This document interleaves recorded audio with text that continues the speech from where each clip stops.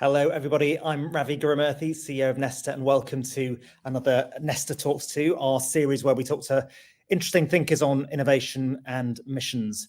For those of you who don't know Nesta, we're an organisation that tries to design and test solutions to society's biggest challenges, like net zero, inequality, and public health. Just a bit of housekeeping before we get going. I would love you to sort of join this conversation. I'll be talking to the two guests today, but if you could put your comments in the right-hand side, we'll ask questions throughout the event, but also try and bring you in towards the end. Closed captions can be accessed via the LinkedIn live stream. So today's speakers have written a fantastic book called Building Moonshots, which is a really rich guide to moonshot innovations and how you turn radical ideas into reality. It's written by Tamara, Carleton and Bill Cockayne.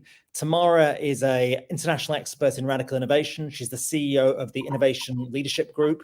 She teaches at several top-ranked business schools and universities around the world. Bill Cockayne is a techno-optimistic leader with a passion for transforming science fiction into reality. For 20 years, he's taught at Stanford and about how teams imagine, invent, and shape the future. And he's an expert in converting blue sky thinking into brass tacks. Bill, Tamara, really welcome to this Nesta Talks 2. Thanks for having us.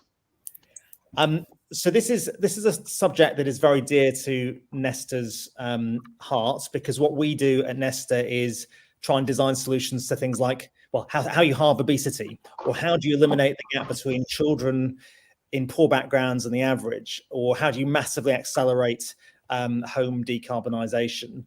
And I'd just love to tease out some of the lessons and insights from your book. Before we get going, I wonder whether one of you could just spend 5 minutes giving us the central argument of the book, and then we can dive into particular segments. I can start, and we have a few visuals to also bring some of these concepts to life. So the book is called Building Moonshots, and we deliberately picked the word building in the title because we wanted to focus on how you bring these ideas to life. What does it take to get from a crazy vision or almost impossible idea and move it into reality? There are a number of books that have been introduced. Many are manifestos, have great examples, talk about organizations that have done this. But how do you really make it happen? And so that became the driving premise. And we realized there's not one way to do this. There's not a perfect formula, because in many cases, these moonshots don't have a precedent or clear path from being done before. And so this led us to identifying 50 plus ways to make it happen. And very briefly, we include a couple of snippets from a Financial Times book review that we received when the book launched this spring. And I share this because here is one business newspaper that picked moonshots as a topic that they felt their readership is interested in, that the business leaders and community that read the Financial Times are paying attention to. So to me, this reinforces the idea that moonshots is top of mind, and people are asking these types of questions on how do you do this? And I would say, speaking back, Gavi, to your comment, the mission that Nesta has to take on these almost intractable problems, things that seem impossible today, that was what we set out to try and explain. There's a wealth of stories, Nesta being one of the many examples of how do you create these visions? And then once you've created the vision, how do you build the talent pipeline? How do you build a financial stack? How do you craft the vision and evangelize that to bring together not only the usual investors or the ministers, but how do you really get the upswell of the community, of people young and old, left and right? How do you get them to want to help you on that path? Because moonshots, things that change the world, whatever name you want to use for them, they don't happen overnight, and they don't happen because one small team decides it's going to do it on its own. Great, thank you. I mean, perhaps we can just start with the word moonshots. I think people think they probably know what you mean when you talk about building moonshots, but perhaps you can provide us with a sort of more precise definition. We could. I'm actually thinking, Bill, this might be a good occasion to highlight 3 examples for people who may not be as familiar using the term, and then we can dive into the different ways to bring these kinds of crazy ideas to life. So maybe we can bring up our visual again. So for those that may be hearing the term moonshot for the first time, it has its roots back in the 1960s when humanity literally decided to send a human to the moon. In particular, the American government made this bold declaration that they wanted to do this idea because it was hard, because it was needed, and they wanted to deliver within 10 years or less. And so today, when we talk about Moonshot, it captures a number of those aspects as being this big idea, this almost impossible vision to lead to big impact, to changing the world. And this is where you may hear words like 10x to 100x, or transformational, or 0 to 1, words that describe the scale of impact and changing or shifting a paradigm as well. So we have 3 examples here. Bill, maybe you can talk about the first one on the left, because it's not necessarily a technology example. Well, I think we've got a lot of examples that go beyond technology and move much more towards Nesta's vision, health. How do you improve people's lives in a way? We have a handful here that look technical, but they aren't necessarily. The one on the left was started by a young woman we know out of France. We met her in California maybe 10 years ago. And she's gone back. She's worked in cutting edge companies across the world, but she decided that she wanted to inspire and start the journey towards living in space. So her vision is to put forests on the moon. And you literally look at that today and say, no, that's actually impossible today. And it is. She says out loud that it's probably 300 years before we can get to this vision. But if we don't start working on it today, and if we don't start including people across the world in this kind of goal, we're simply not going to get there. What her work actually entails is somewhat technical, biological science, space science, but she's also gone much further. She's actually launched a program in Rwanda to bring together young Rwandans, because as we know, by 2050, 1 in 4 people on the earth are going to be in Africa.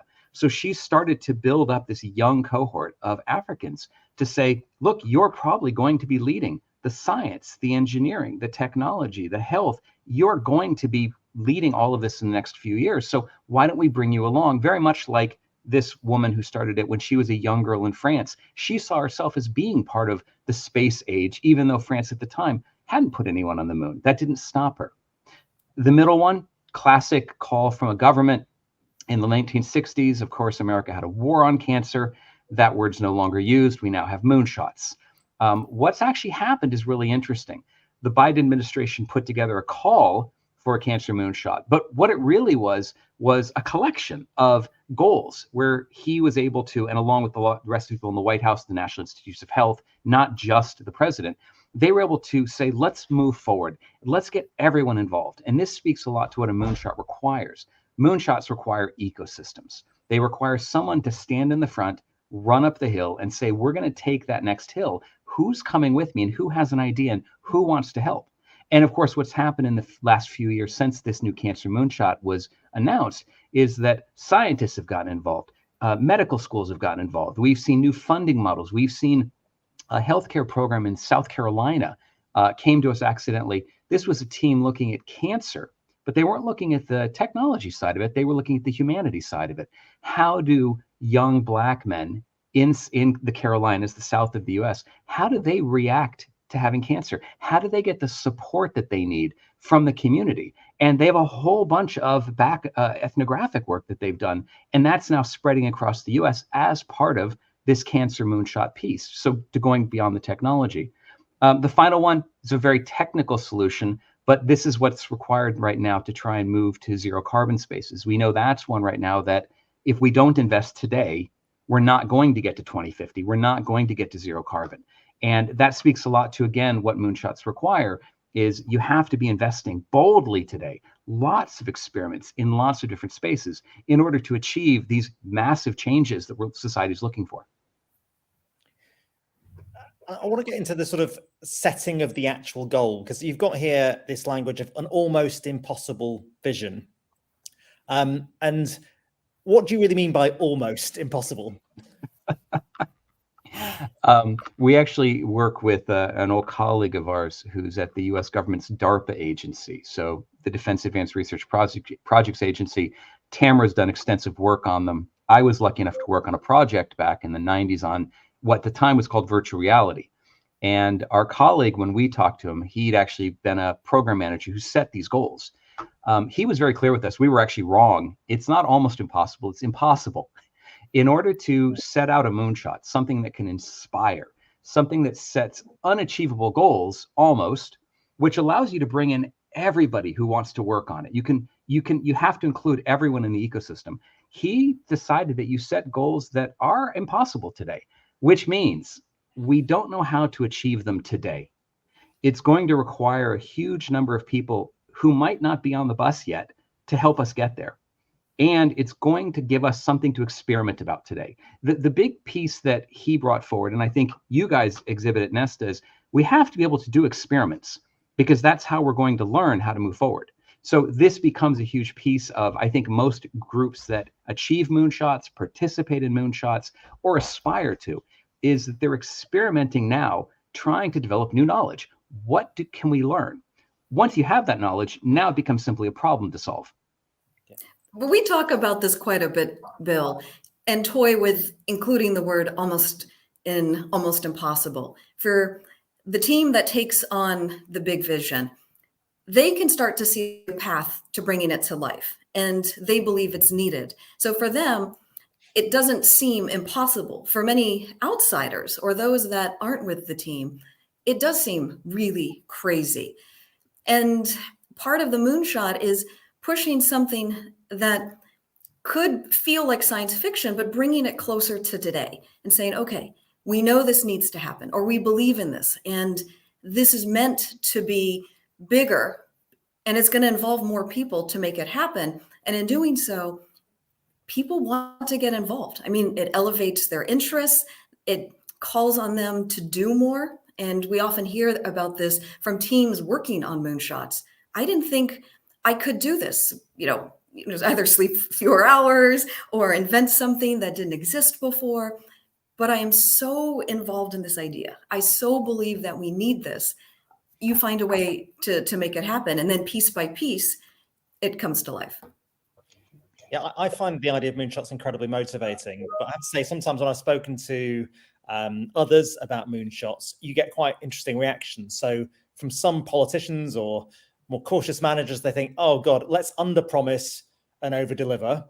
Because, and I think that's interesting, where if you can actually obviously make it a moonshot and everyone knows it's a moonshot, like landing on the moon, then underachieving is fine, because people have discounted the idea of actually achieving it in the first place. Sometimes I think you set a goal, but it isn't as wild as you might think, and therefore you get really held to account on achieving it. So even if you overachieve what anyone actually thought, you're not getting any credit. But I think that's one reaction. The other reaction can sometimes feel fatalistic, like, oh, I can never achieve that. And it's, rather than being inspiring, it's a bit, it breeds a sort of fatalism and a sense of it's all too much. The other kind of reaction I've had is that sometimes there's one goal that actually Ed Miliband, the opposition leader, has set, which is to fully decarbonize the power sector by 2030, which many people consider a bit of a moonshot because of the scale of the electricity that would have to be built between now and 2030. And the challenge with that is that if we achieve it, we'd actually have to build other things like grid infrastructure to connect all those wind farms. So there's a consequence, a really hard interdependency about that target and a whole set of other infrastructure investments. So I think my long-winded question is, are moonshots always how we should set goals? When should we set moonshots? When should we not? And how do you get over some of those motivational challenges that I mentioned earlier? I mean, you can take that, Tamara, but I will.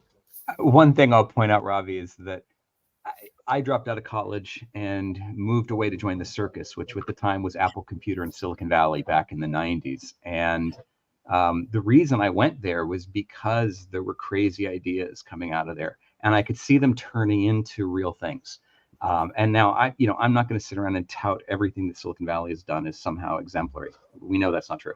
But what's intriguing is when you set out a vision and you start achieving things, that draws the right people together oftentimes. And I think Tamara can speak a lot to how the US government has, for 70 plus years, brought together the right people to try and tackle almost impossible problems. And they could be around education, they could be around health, they could be around, building tech, actual just core technologies we might be use. To your point, Robbie, once you've got this ability to create a vision, you've got this evangelism going on, how do you then convert on it? And then I'd say that the bigger piece, Tamara, that you might want to take is, what does it mean to actually have a vision? How much of the pieces can one person lead? Or does it really require a village, to use, I think, Hillary Clinton's comment from years ago? Yes. So we are big believers that you need all types of innovation to move forward. And sometimes these are going to be small steps and incremental change bit by bit. And then there's times when actually you need to take these massive leaps. And so for us, it became important to build more understanding and provide additional tools and models to say, when you want to go big, how do you do it? What are the tools, the models to address complex problems or explore new types of opportunities? And what would that take? And so to me, the spectrum is important. So sometimes you'll hear we need to have more mission-driven approaches, and these can really bring together different agencies and sectors in a government and mobilize more collaboration. But then you also need grand challenges, and then you need moonshots too, for the times when you need to think bigger and bolder. I mean, Bill, I'm reminded of a number. Just before you move on from that, because you mentioned mission-driven innovation, a grand challenge approach, and a moonshot approach. Can you just say a little bit more about the distinctions between those levels of ambition or approaches? Go ahead, Tamara. Yes. Well, so mission-driven innovation has become, I think, much more of a hot term across Europe and the UK, not picked up so much in the US and other regions of the world, at least from the conversations and experiences that I've had. So generally, mission-driven innovation is about providing a clear goal with a measurable result, and it typically entails bringing different system actors together. So these often are different groups across government. So, education agency or the health sector and so forth. This is needed because a lot of the problems facing society require different types of complementary thinking, and you can't stay in one silo with one type of funding. So I think it's been helpful. Number of scholars, including Mariana Mazzucato, have really championed and popularized this notion of mission-driven innovation. And it's a good way to have different groups working together. Next to that, and kind of bringing missions together, are grand challenges. And these are often equated with the United Nations Sustainable Development Goals, bigger efforts that can inspire people to think about a higher level challenge, in the sense that this is more than just a simple problem, but a much broader effort that impacts society. And moonshots are kind of a sister grand challenge. Well, no, Tamara, if I had my whiteboard up, Robbie, sorry, I work on whiteboards a lot, right? So in the classic American model, John F. Kennedy sets out a moonshot. The moonshot has multiple missions. Inside of those, there are what you would call challenges, right? Things we have to achieve. Remember, the original moonshot language was very much an engineering language. And, once they said, let's go to the moon, they all of a sudden said, okay, we have multiple missions to get there, and each mission is going to achieve something measurable. And I think that's really one of Tamara's points. Missions should be measurable. We should have a way of deciding that we've made the world a better place for humanity, and in whatever class, whether it's education or healthcare, thing like that. And that tends to be, in my mind, one of the real differentiators between moonshots, the way the word is sometimes used, I'd say correctly, it's not achievable today. It's not one simple mission. We're not going to solve anything in this moonshot. It's going to take decades. It's going to take centuries to get there. And I think the cancer one in particular is a good one. It was that their metric is if we can drop it 50%. And you say, okay, well, geez, I mean, even 50%, how are you measuring that 50%, President Biden? Well, again, it was a goal. It was like, let's try and do this. And once that was stated, now there's missions popping up within in the U.S. National Institutes of Health, or within what's now a new ARPA agency called ARPA Health, which was spun up about 2 years ago, to kind of look for breakthroughs. And at the same time, we've seen universities across the country participating and bringing in the whole world too. I mean, we're not sitting on an island in the US, we're bringing all these pieces together. The moonshot is to do something almost impossible. The missions are things that each group can get involved with, different people, and they can set really tangible, if almost unachievable goals, but they know they can measure it. And I think, and again, not to explain to you what Nesta does, but in my mind, that was always what I always saw groups like Nesta doing, which is you can define real experiments that we can hit at. And in a bigger vision, in a bigger moonshot, you guys can get there. Within that, there's all those other words like, are these complex problems? Are these grand challenges? Are these challenges? Are these merely engineering problems? Are these merely policy problems? Right? Mm-hmm. But those are things that people can argue about because we know we want to achieve something and get there. I think the part that you're hitting at a little bit, Gavi, is that the change, or Ravi, the piece that's going on a lot is that there's been some confusion about moonshots and missions. And I would say, back to your British version, what do you guys think mission-driven is, and how do you think it relates to moonshots? Because it actually has a very different meaning, I think, inside of your island. Well, I think that a mission-driven innovation approach does involve a very, very tangible goal, as you say, something measurable. It should be ultra ambitious. I quite like the almost impossible framing, but it depends on how much weight you place on the word almost, I think. But I do also like the idea of, potentially multiple things laddering up to a moonshot. So let's say the moonshot is we're going to extend healthy life expectancy by 20 years. There may be a mission to halve obesity. There may be a mission to end smoking. Right. And each of those are distinct and one level more concrete than the sort of overall moonshot.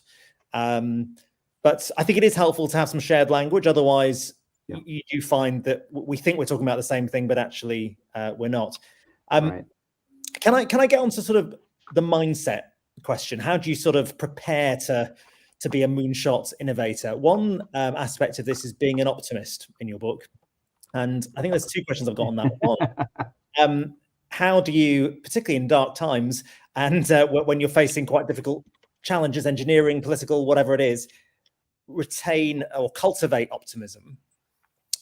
But also, how do you do that without almost encouraging people to turn a blind eye to the really difficult problems? Because sometimes the key to achieving great things is to face up to the real problems and barriers and how stuck we are, and choose a solution that is as radical as the scale of the problem. So how do you get that balance?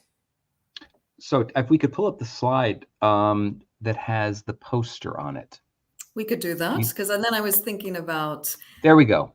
Some of the specific ways. Mm-hmm. Right. So if anybody watching right now wants to get this poster, this is actually an A3 sized PDF that if you go to that URL right now, you can shoot the QR code, you can get it yourself. And the reason is it's actually the chapters and the sections in the book, which, speaking to your question, Ravi, the first section we set was, how do you set your mind to do this? Because that's one of the pieces, whether you're working with the youngest kids in schools, which is primarily where I spend my time, or you're working with organizations and governments, such as where Tamara's expertise really lies. The first thing is, how do we set our mind to this before we get into financing and building our team? And Tamara, I was going to say, if you can squint at it and remember it as well, right? So the first thing, Ravi, adopt the mindset, right? We're going to change the world for a positive way. And I think that speaks a little bit to your optimism question of, if you can decide that you have the agency to make a change, that's actually a huge part of empowering people, right? So the optimism Optimism isn't so much, let's be utopians and we're just going to ignore the way the world exists today and move forward. But gosh, if we decide to do this, we can, and we can make the world a better place. So once you've decided to do this, the question is, well, where should we be aiming? And I think this aims to the second way we really work on, start from the almost impossible, aim for the future, aim for a positive future that we really want. When we were creating the Foresight program at Stanford, one of the pieces we set out to do was how to get people to see the world as a better place. And the reason is it's before the language, but it's what we call doom scrolling right now. People will too quickly fall into the downside and not make any advancement. So we were very clear with the students we were teaching, look, what you foresee is what you're going to get. Right? I was actually thinking that phrase. Yeah. So, I mean, so Tamara, go into why you did that. So this is a word play to the known aphorism, what you see is what you get, WYSIWYG. And Bill and I realized there is a cousin to that. What you foresee is also what you get. So we came up with this as a way to have people realize what you foresee, what you expect, what you anticipate also shapes the outcomes, what you get.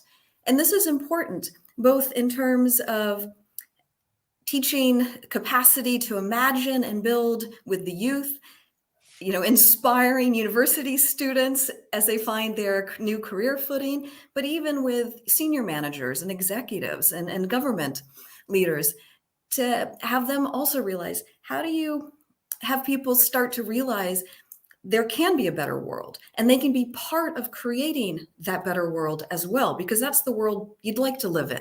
So it's one thing to enjoy watching disasters with Hollywood movies and other shows, because that makes for great viewing and reading. But in terms of the world you'd like to create, that you'd like to be a part of, and your children and others around you, this is where we try and indoctrinate and foster that optimistic mindset and the willingness to consider more. Right. And the word optimism, Ravi, you were picking up, I think the way we're using it is believe you can make that change, and believe that the hard work you're going to have to go through is going to be worthwhile. Because to your point, it's too easy to fall back into dooming. It's too easy to fall back and say, well, why should we work on the hard problem today? It'll magically solve itself in the future. Or why should we work on the hard problem when no one really believes me today? And yet that's the optimism side that I grew up with in places like Silicon Valley, which is someone would have a crazy idea, like an absolutely crazy idea. And you learn very quickly to share it, because after a while you'd get better at sharing that idea. And people would start to say, actually, I really like your idea. How can I help? And that's the piece of the optimism side of it. And I think then out of optimism falls some of the other section heads. Section 2, we have 7 ways on feed your curiosity. Curiosity is one of the killer apps of making change in the world. You have to be curious about what other people are doing, new ideas you can adopt. To your point, why are we doing it the way we are today? Well, let's go ask. Maybe no one's asked. And then let's not immediately dismiss it. There's probably a reason it's done that way. Let's go figure out, let's unpack it. But then going back to our piece, now that you kind of have this curiosity, you found all this information, let's begin to imagine the better future we want to have. Let's go out, and whether this is, and we've seen a lot of ways to do it, right? Whether this is talking to the community, finding out collaboratively what their vision is, whether it's looking at the available changes that we can affect today. What levers do we have? Could we invest in a new technology? Could we change policy? Could we begin to educate people differently? What are the ways that we can begin to imagine getting to this better tomorrow? Let's begin planning that. And that's what we call stepping stones. And the stepping stones very much gets back to the old mission model that NASA had. Look, we're going to hit this experiment. That's going to help us know what the experiment to do next. And eventually we're going to run out of knowledge. But we know we're going to keep going forward. We know we're going to keep aiming for this new future we're trying to create. And the latter part of the book, the first half is really, how do you set your positioning? How do you do it? How do you create the team? How do you create the vision? How do you create the momentum? The latter half is much more what I consider the organizational side of it. How do you set the incentives for this? How do you make sure that the team comes along with you, that people who are going to be backers, how do you make sure you give them the coverage that they'll back you? And then how do you ultimately deliver? which is an interesting argument you made of, once you set these almost impossible goals, does that set you up for failure? Does that set you up where, it's going to be very hard to achieve them? People are going to ask you, look, you said you were going to decarbonize the planet. Why didn't you do it last week? And you kind of go, okay, let's set expectations here. And that's oftentimes lost in this very fast dialogue that we're hoping we can bring back with people understanding moonshots. And notably, we work a lot with younger people across the world because we're trying to set that base level. What if every student coming out knows how to look far ahead, set these stepping stones, have a vision of an amazing future? And they know it's not going to take 3 years. They know they're not going to get rich doing it. Can I just pull you back to the sort of curiosity question, this idea of how do you build curiosity? Because sometimes you can think, well, let's just recruit curious-minded people and it will take care of itself. We'll generate a culture and people will stay curious. But you've got some more sort of specific tips and tricks. You talk a bit about dark science, so hard science fiction as being something that is particularly useful to read. You also talk a bit about how, obviously there's a wealth and a deluge of information these days, but how do you curate your own sort of diet of good stimulus? You've also got this idea about collecting a menagerie. So there's loads of animal metaphors in your book. So perhaps you say a little bit about, let's maybe start there. Tamara, you want to take the menagerie one? Yes. Different ways to foster curiosity. And this is to remind people that as you start the Moonshot journey, making sure that you're asking, why not? What if? What could be? Because those are important considerations as you start to figure out what to do and go through the ambiguity too, because there, isn't always a clear path for understanding why or how to approach something. So in terms of the menagerie, this is a way to describe how could you look at different types of these animal concepts. So gray swans, black swans, green swans, gray rhinos. These have come up in recent years before the pandemic, discussed again with COVID-19, but in other aspects of industry and work to say, how do we start to pay attention to what are trends that are rushing right at us? What are phenomena that maybe we can't plan for, but could start to anticipate? But this is about building the awareness and being curious so that as people start to read more widely across different publications, news, going to conferences, talking to people, they can start to sense these kinds of patterns. And this gives them a language to think about what the patterns could be or how they fit in. Bill, did you want to add anything to the menagerie part? Well, I was going to say the menagerie one's an interesting one just because it's point of views. It came out of the fact we have a colleague at Stanford, Mark Kokoski, he's professor of engineering. Years ago, he was trying to get students to look at problems differently. And they would all too often end up with very narrow solutions. So what he would ask them to do is he would look for a dark horse. The dark horse is, of course, the one that's the longest bet. But if the bet pays off, it's going to do really well. So he said to students, look, once you've got this idea, let's take a dark horse version of it. What would happen if you looked for the highest payoff version of your idea? And we took that idea and tried to extend it further a handful of years ago. What would the green horse look like, was the phrase we had. What would be the solution that would actually make the world better from a climate environment? From a business perspective, we would jokingly call what was the red horse? What was the horse that was going to get you killed? If you did it and you proposed it to your organization, which one would just leave the entire room a bloody mess? And this was some of the ideas, but we've actually found, as Tamara pointed out, the idea of the black swan, the idea of the gray rhinos. These are all ideas of how do you collect different points of view. And that's helpful because once you're being curious, you need to begin to realize what you're reading. So I think as we were chatting a little bit before the call, you in the UK have different groups in your government looking at different visions of the future. And everyone has a point of view when they're taking it. The negative version is called a bias, but the positive version is they have a point of view of how they want to get us there. How do they want to fund energy transitions? How do they want to fund healthcare? How do they want to look at the obesity problem? Once you understand how to look for those, you can begin to line them up and put them next to each other and say, okay, if we're trying to improve health outcomes in 30 years, look, there's all these different versions of how we're going to get there, all these different points of view. We should figure out how to include each of them because none of them are necessarily wrong. They each have a hint of truth, whether it's a populist message or whether it's a technologist message. The one that we also picked up, there's a secret missing chapter that we need to send you, which is called Wander and Be Curious. And what it came down to is one of the biggest experiences we had with people who lead Moonshots is that they wander. They wander mentally, they wander physically. They talk to as many people as they can. They look for different points of view. They look across the magazines, and then they go to, we all remember the old days, you go to the newsstand. They go to the newsstand and they pick up magazines they haven't seen before. And the reason is to be curious, to look for different points of view, to look for ways to speed up your vision requires you to look very widely. And I think most of us know the story that, the real breakthroughs that happen, usually they're already fairly obvious in hindsight. It took one person to see it and go, gosh, we've already got all the knowledge. Why don't we just do this better? And that's why we push curiosity a lot.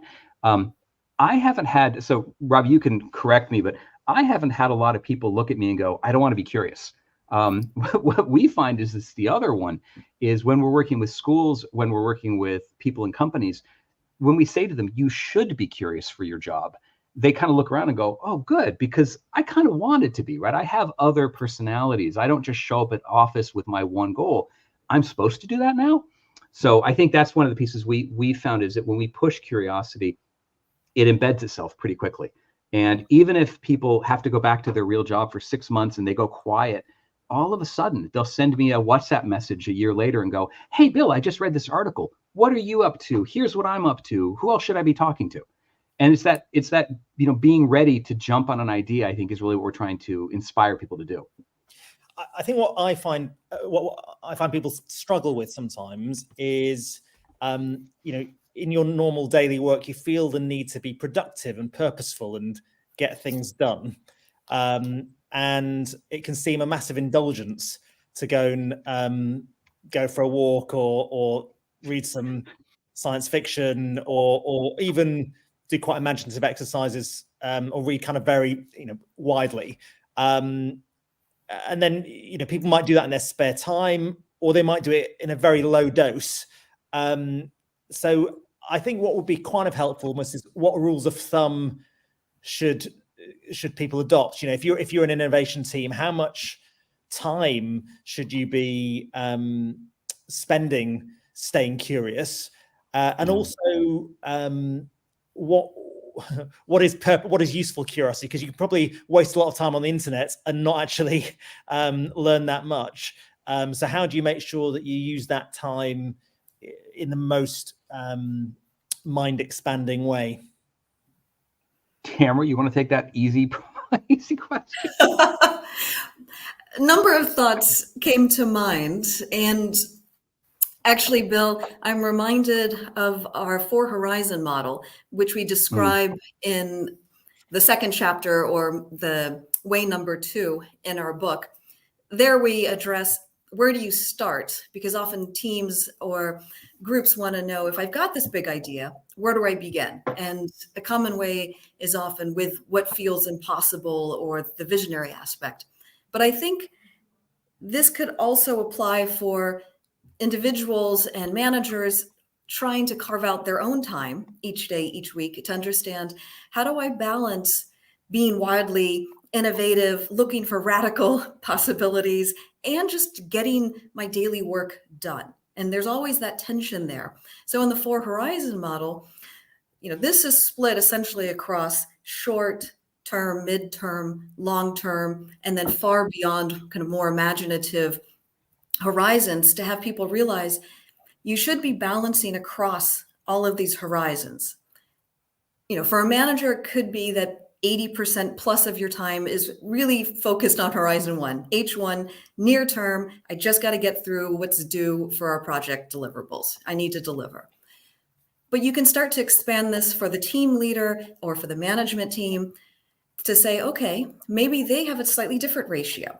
Maybe they need to be spending more thinking about the organization's future and long-term goals, and therefore they should be carving out 10 to 20%, ideally, right? There's not one ratio, but Bill and I wanted to have people ask themselves these questions, and this becomes a handy model or rule of thumb, if you will, to have people start to say, okay, Do I know what my split is? We can bring up our slide there too. Actually, maybe we should. Just saying.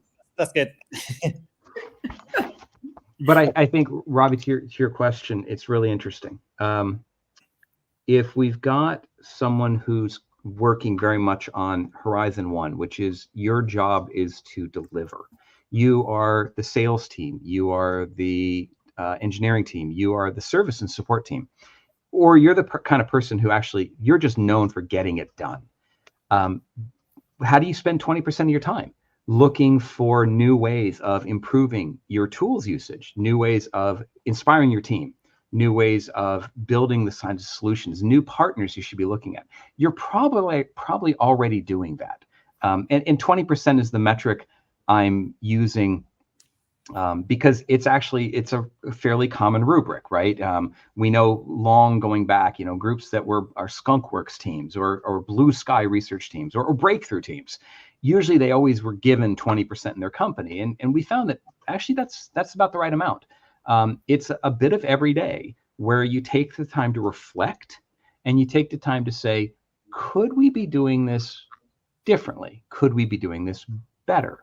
Whatever that may be. And I think a lot of this curiosity, the wandering part, when I was doing startups back in the day, I remember very classically, you got the end of the day, you checked off everything, you were just exhausted, but you took the time to pick up the phone or to send an email to someone you hadn't talked to in a few months and say, hey, here's some updates on what we're doing. What are you guys working on? We haven't talked, we didn't have any alignment, we don't have anything we have to be doing together. And you would do this with investors, you would do this with old colleagues, you would do this with just friends. And that's the kind of commitment when you're saying, how do you maintain this curiosity? Tamara's been called into a handful of companies during our Building Moonshots tour, one of which was we had some colleagues at Amazon who were very much on a delivery team, not blue sky the future, but very much getting shit done. And when we talked to them, this was one of the things that they were excited to hear, is that they should take the time at the end of the day to reflect. They should take the time to consider how would they improve.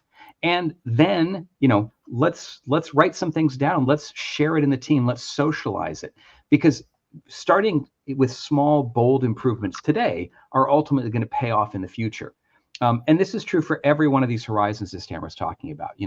Left side, profit and loss team, get stuff done. Middle, new business development. Let's take new ideas to market. Horizon 3, let's research, let's experiment. I would say Nesta, in my mind, and you can correct me, Robbie, but I would say you guys are really trying to span that H4 down to H2. The way I've always seen your organization is there's some amazing ideas out there, but you're not wallowing in them. You're not writing science fiction. What you're doing is trying to figure out, how do you build a testable idea? That's kind of really hard. I mean, we don't really know what the solution would look like yet. So we have to run the test. And who else is going to do it but an organization like yours? But your goal is to get all the way down to say, look, we know where there's a new opportunity now. We've told people, and it's probably not you. It's probably a whole wealth of people in your ecosystem. You guys should be curious every day because you're looking for new partners. You're looking for new players. You're looking for ways to help your community. Likewise, once you guys set that standard, we are curious. Here's a new talk from some people that wrote a book. That should bring the rest of your community together. Hey, let's make 30 minutes over lunch to at least listen to the beginning of the call, or let's show up at that last half to listen to some Q&A. I think that's part of what we're trying to induce with people is you should have the freedom to do this, and everybody should be doing it. So I've got about 3 more questions left, and then we've got some questions from the audience.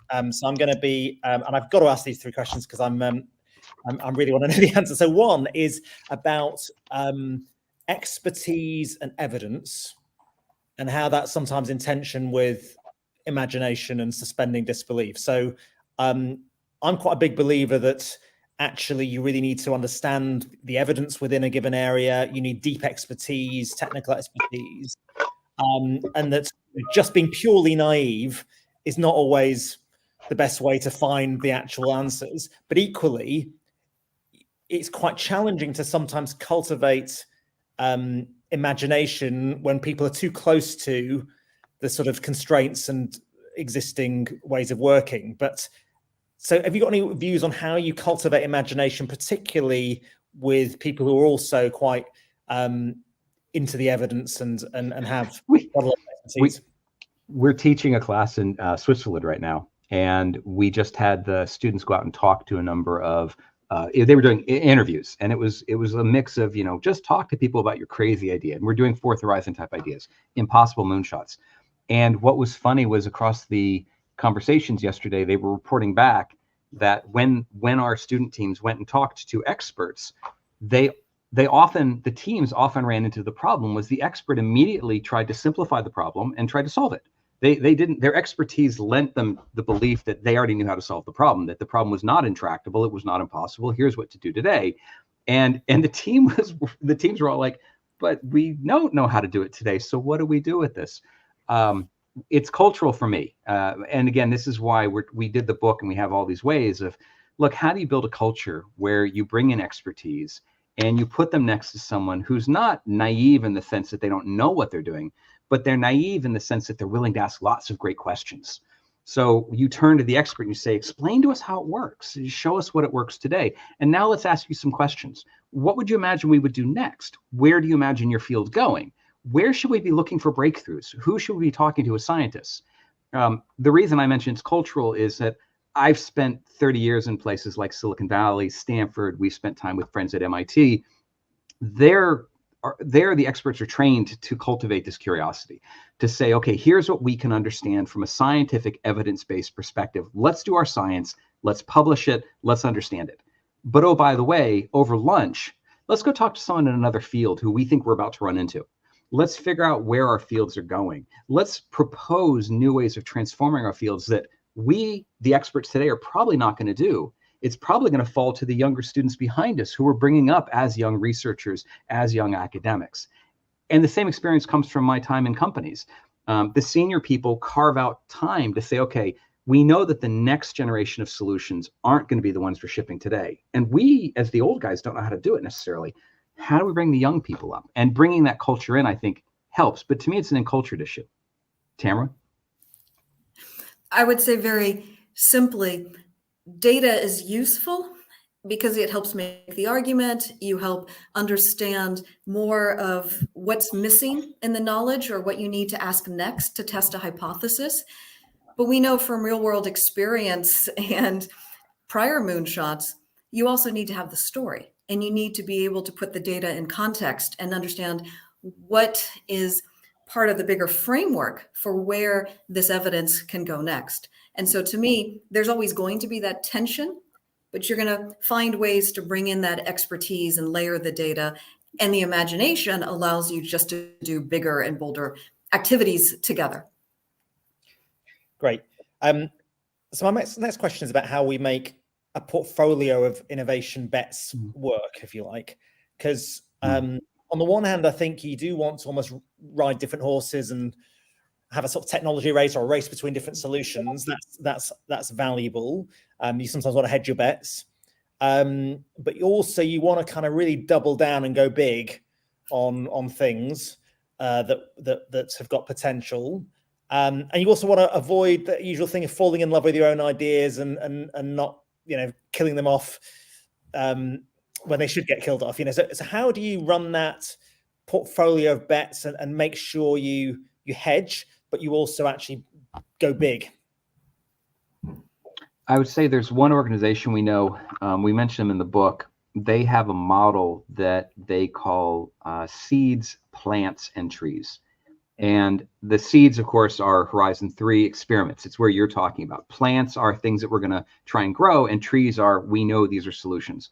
The reason I mention this is that they publicly admit that at any given time, they're probably working on, I think it's 5 to 15 seeds. Mm-hmm. And one of the conversations, we know the team really well. We asked them last June, we said, look, what are you doing to improve your ability to make these kinds of bets?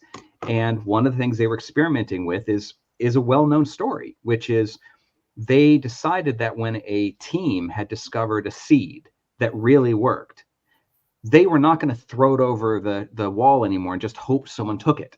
So what they were pioneering as an organization was a classic model. which is the teams that discover the seeds are responsible for growing the seeds into plants. And if the plant's working, they are then given the power to grow them and take them to the real market. And that's something that defies most organizational models. So I would say one piece is, do you have a model for going from crazy idea through the experiment, the evidence, into we know we can grow this as a solution now? Do you have that in your organization? Is it built so that someone can be empowered to do the whole thing and incentivized and supported and whatever that means? And a lot of stories actually show that that's where these breakthroughs oftentimes come from. Really helpful. The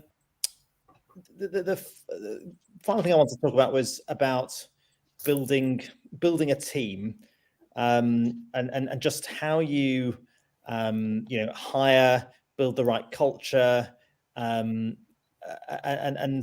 continue to sort of cultivate the sort of mindsets that you talked about earlier.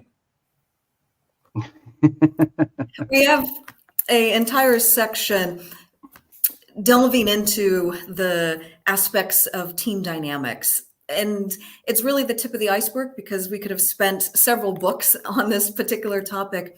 So Section 8 addresses how you galvanize a team. And it's really about kind of having them really come together and feel like that they are more together and, more than the sum of their parts. But it's also about, bringing in more talent and creating not a skunkworks necessarily, but it's the skunkworks culture where people really can feel like they are trying to do something scrappy, they can experiment, that they're hyper-focused, that they are really contributing to making a difference together.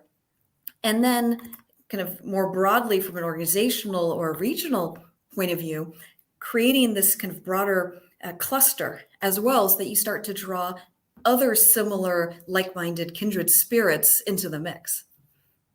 And I would say that's one of the pieces that's really come out of the mission-led economy discussion that I think needs to be raised up on a pedestal. You have to bring all of the different actors together. They have to be, every type of organization has to be part of this. And to Tamara's point, the reason you're trying to galvanize the team is give them ownership, give them agency. Now, how do you give a huge community agency? Because you're not going to solve a mission. You're not going to solve a moonshot with just one team. So how do you build the bigger piece? Great. I just want to go to some of the questions. We've got 3 questions that people have raised that I wanted to bring in. One was actually about systems thinking. And, people often talk about systems innovation. But how can systems thinking be implemented in everyday life? How could systems thinking be incorporated as a methodology or framework when thinking about things like net zero? And I guess one question almost is your work aligned with the kind of systems thinking approach, or is it somewhat distinct from that? I spent, so Tamara and I both have our PhDs, so we can put our little hats on, right? I spent way too much of my life delving into the systems thinking space. And it's kind of like agile design thinking, lean. Every one of these systems is truthful in its own empowering, very powerful way. The systems thinking, and again, I'm not an expert in the way it's being applied, but the systems thinking that we really found valuable was, how do you create knowledge across the system and how do you capture knowledge? That's one of the things that it's a language in the Valley, it's called group genius. But from a systems thinking perspective, how do you make sure that all of the players are operating in a consistent way moving forward? And I'd say that that's one of the biggest pieces of I'd say application of systems thinking that we've seen is, how do you get all of these players in the ecosystem to move forward in a lockstep manner, or to share their knowledge back and forth? And I'd say there's not enough being brought forward from it, but past that, don't have any detail. Great. I would add, it is highly aligned, and the aspect of systems thinking to really consider the big picture and multiple complementary considerations is really important, particularly for moonshot opportunities when you're trying to figure out, the start of a new field or a new area. And in fact, one of our ways delves into, how do you push the boundaries of your work and maybe borrow from another discipline or department and field to say how they're looking at it could actually influence the way your team might be approaching something, and crossing knowledge groups and bodies. Great. And then Rafi Shah has asked a question about, when looking at building the Moonshot ecosystem, should there be more central bodies like the Cancer Moonshot that are conducting, and try to get all ducks in a line and have a shared language and network to bounce off? Maybe just start with that first part of the question. Yes and no. Reading. And Bill, you can add your thoughts. Part of the fun of putting the book together was where Bill and I ended up in numerous discussions over coffee around where we saw things coming together. I think there's times when it really helps to have a central group stepping up as the leader, but to mobilize interests. In the Moonshot going to the moon, the US government appointed a new agency called NASA to help mobilize and bring different vendors, contractors, and scientists and engineers together to make it happen. So in that case, very useful.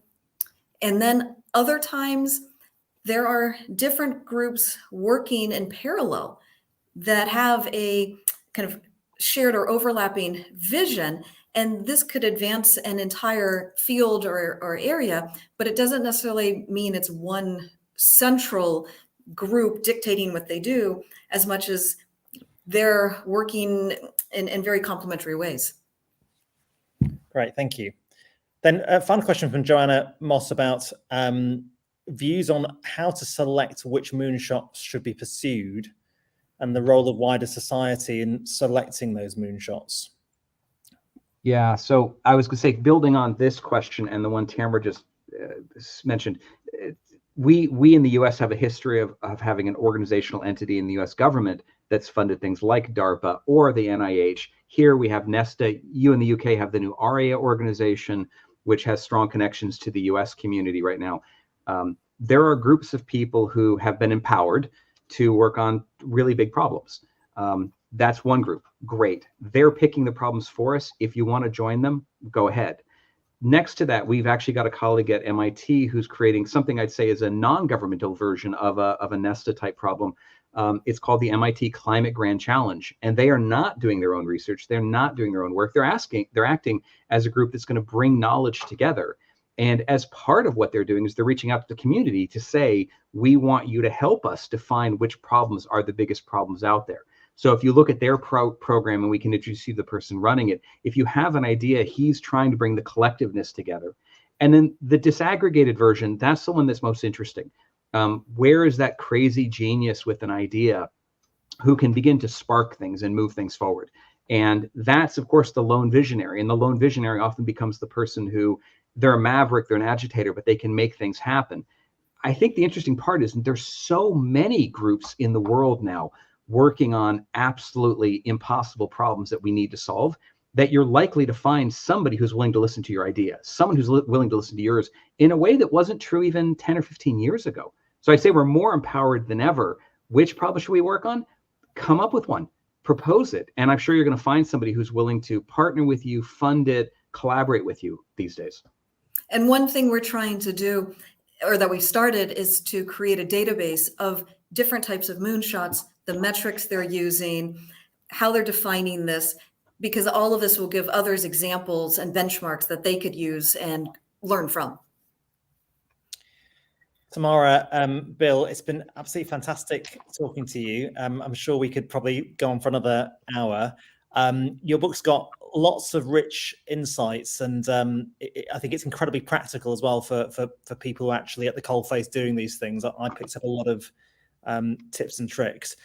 Thanks for everybody joining us and the questions. We'll be picking up on this kind of theme in future events. We are sort of a mission-driven innovation organization. I now know the distinction between mission-driven moonshots and grand challenges. So yeah, do look out for further conversations on this kind of topic. But thanks again, Bill, Tamara. Brilliant. Thanks for having us. Thank you.